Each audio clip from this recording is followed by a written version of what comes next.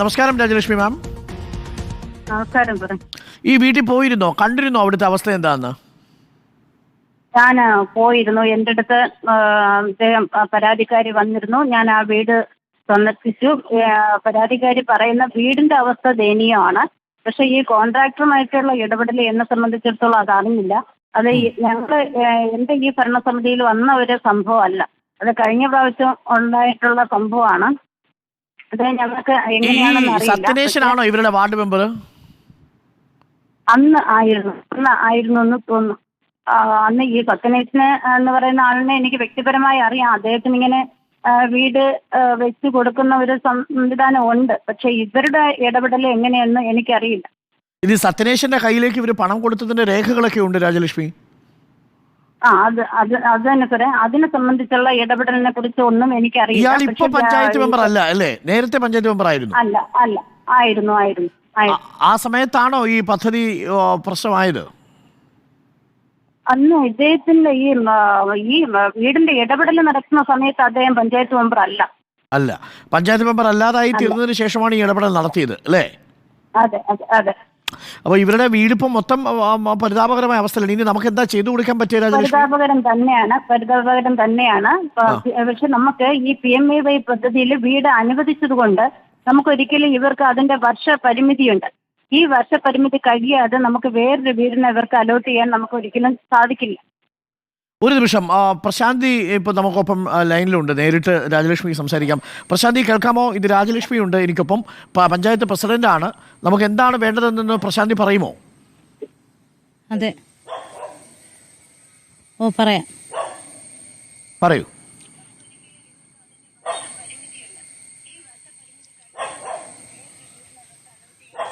പ്രശാന്തി, എന്താണ് ഇനി വേണ്ടത്? എന്തായാലും ഈ വീട് ഇപ്പോൾ ഈ അവസ്ഥയിലാണ്. ആ വീട്ടിൽ താമസിക്കാൻ പറ്റൂല. പ്രശാന്തിക്ക് ഇനി എന്താണ് വേണ്ടത്? പഞ്ചായത്തിൽ എന്താണ് ആഗ്രഹിക്കുന്നത്? താമസിക്കാൻ പറ്റൂല. അധികാരിയിൽ നിന്നായാലും പഞ്ചായത്തിൽ നിന്നായാലും നമുക്ക് കയറി കിടക്കാനുള്ള വീട് വേണം. കാരണം പേസ്മെന്റ് പൊക്കമില്ല, വീട്ടിനകത്ത് വെള്ളം കയറും. പിന്നെ ചെത്ത കട്ടളയും കഥവുമാണ് പട്ടിയിലും അടിച്ച് കയറ്റി പെയിന്റ് അടിച്ച് കൊണ്ടുവച്ചേക്കുന്നത്. കട്ടയൊക്കെ അടുക്കി വെച്ചിട്ടേ ഉള്ളൂ, ചാന്തൊന്നും ഇട്ടിട്ടില്ല, സെൻസൈഡൊന്നും അടിച്ചിട്ടില്ല. കറണ്ടിന്റെ പെട്ടി വെച്ചിങ്ങനെ അവിടെ എല്ലാം നനയും. ഇത് ഈ സത്യനേശന് തന്നെയാണ് കൊടുത്തത് എന്നുള്ളതിന്റെ രേഖ പ്രശാന്തിയുടെ കയ്യിലുണ്ടല്ലോ അല്ലേ? ഉണ്ട്. അപ്പൊ രാജലക്ഷ്മി മാം, ഇതാണ് പ്രശാന്തിക്ക് ആവശ്യം. നമുക്ക് എന്താ സഹായിക്കാൻ പറ്റുക? അക്കൗണ്ടിലിട്ട് കൊടുത്തു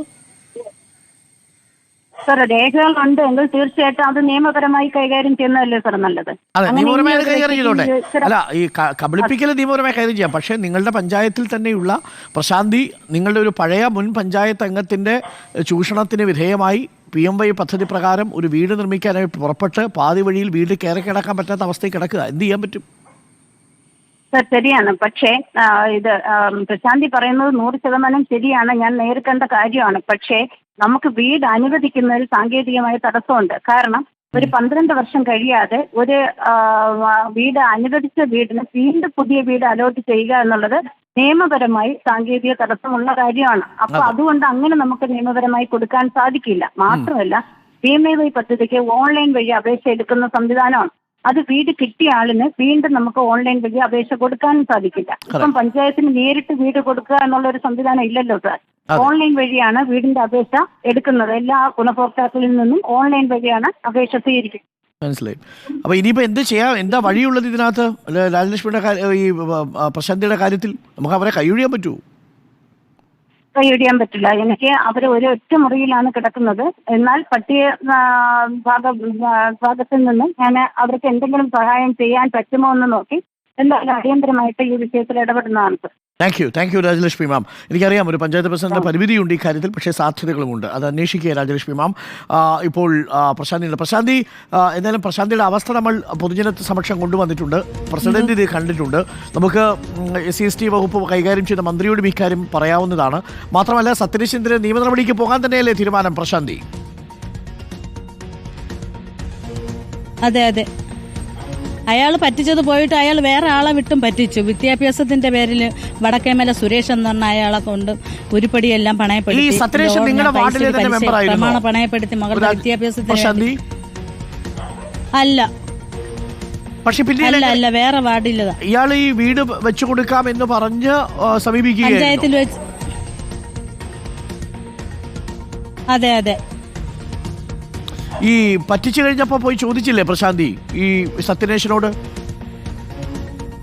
ചോദിച്ച് വെച്ച് തരാൻ പറഞ്ഞപ്പോഴെല്ലാം പറഞ്ഞ് നീ കുറച്ച് പൈസ 2 ലക്ഷം കൂടെ എങ്ങനെയെങ്കിലും ഒപ്പിച്ചതാ, 2 ലക്ഷം കൂടെ ഒപ്പിച്ചതാ. പിന്നെ ഞാൻ മെമ്പറാവുമ്പോൾ പിന്നെ നിനക്ക് മെയിൻ്റെനൻസ് തന്ന് ഞാൻ തന്നെ അത് പൂശി പറക്കി തരാം, നിനക്ക് എങ്ങനെയും കയറി കിടന്നാ പോരെന്ന് ചോദിച്ചു.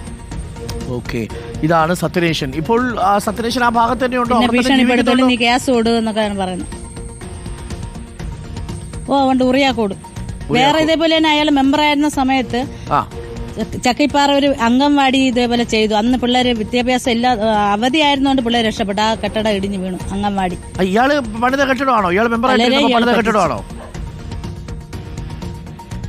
അതെ അതെ അതെ. ഇയാൾ തന്നെയാണോ ചക്കിപ്പാറ അംഗൻവാടി? അതെ, അത് പത്രത്തിലൊക്കെ വന്നതാ. അതിന് എത്ര ലക്ഷം രൂപ ഉണ്ടായിരുന്നു? അതറിയില്ല. ഓക്കെ, കോൺഗ്രസിന്റെ മുൻ പ്രാദേശിക നേതാവായ സത്യനേശനെതിരെയാണ് പരാതി. അപ്പോൾ എന്തായാലും പ്രശാന്തി ഇക്കാര്യം നിയമ നടപടിയുമായി മുന്നോട്ട് പോവുക. നമ്മളും തീർച്ചയായിട്ടും പ്രശാന്തിക്ക് നീതി കിട്ടുന്നതുവരെയും പ്രശാന്തിക്കൊപ്പം ഉണ്ടാവും. ടി വി പ്രസാദ് റിപ്പോർട്ട് ചെയ്തതനുസരിച്ച് നമ്മളെന്തായാലും ആ വിഷയത്തിൽ ഇടപെടാൻ തീരുമാനിച്ചിട്ടുണ്ട്. താങ്ക് യു പ്രശാന്തി. പ്രശാന്തിന്റെ മക്കളൊക്കെ എന്ത് ചെയ്യുന്നു? അതെ, മക്കള് മൂത്ത മോള് നേഴ്സിങ്ങിന് പഠിക്കുന്നു. ആ മോളെ വിദ്യാഭ്യാസത്തിന് വേണ്ടിയാണ് സത്യനേശൻ പറഞ്ഞു വിട്ട സുരേഷ് പറ്റിച്ച് 18 ലക്ഷം കൊണ്ടുപോയത്.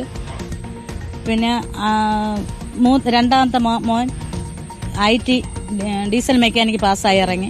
മൂന്നാമത്തെ ആൾ ഇപ്പോൾ ITക്ക് കൊടുത്തിരിക്കുന്നു. മക്കൾ അസുഖമുള്ള രോഗികളാണ്. മോക്ക് ഒരു ഓപ്പറേഷൻ അടുത്തൊരു ഓപ്പറേഷൻ ഉണ്ട്, അതിനൊന്നും ഗതിയില്ല. ഭർത്താവാണെങ്കിൽ ഫിക്സിന്റെ അസുഖമുള്ള ആളാണ്. 2 കൈയും ഫിക്സ് വന്ന് പിന്നെ 2 കൈ ഒടുവാണ്.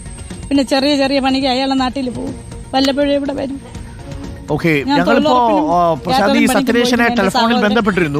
ഓടിയും വിചാരിച്ച് വീട്ടുവേല ചെയ്തോണ്ട് മനസ്സിലായി. സത്യനേശനെ ടെലിഫോണിൽ ബന്ധപ്പെട്ടിരുന്നു. പക്ഷേ സത്യനേശൻ പറഞ്ഞത് സത്യനേശനെ കുറിച്ച് നാട്ടുകാർക്കെല്ലാം നല്ല അഭിപ്രായമാണെന്ന് എല്ലാവർക്കും അറിയാം. അതുകൊണ്ട് സത്യനേശൻ ഇനി ആരെയും ബോധിപ്പിക്കാനില്ല എന്നാണ് സത്യനേശൻ ഇപ്പോൾ ഞങ്ങളെ വിളിച്ചു പറഞ്ഞത്.